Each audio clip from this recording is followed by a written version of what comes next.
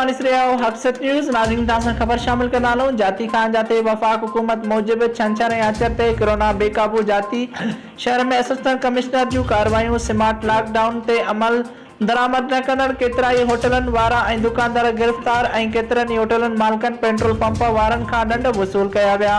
कुझु दुकानदारनि पारां बेरोज़गार थियण ते हुकूमत ख़िलाफ़ विधायूं। तफ़सील मूजिब जाती शहर में छंछर ऐं आचर ते कोरोना बेकाबू थी वियो आहे, जिते शहर में असिस्टेंट कमिश्नर पंहिंजो स्टाफ ऐं पुलिस अटाला साण करे दबंग कार्रवाई कई आहे।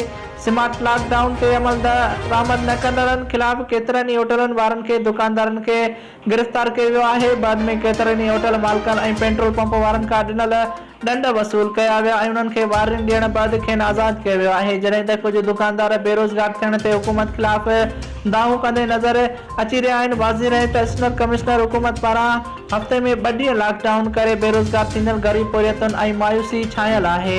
नाज़रीन रिपोर्ट करे रहियो आहे इरफान यूसुफ थईं, हक़सत न्यूज़ जाती।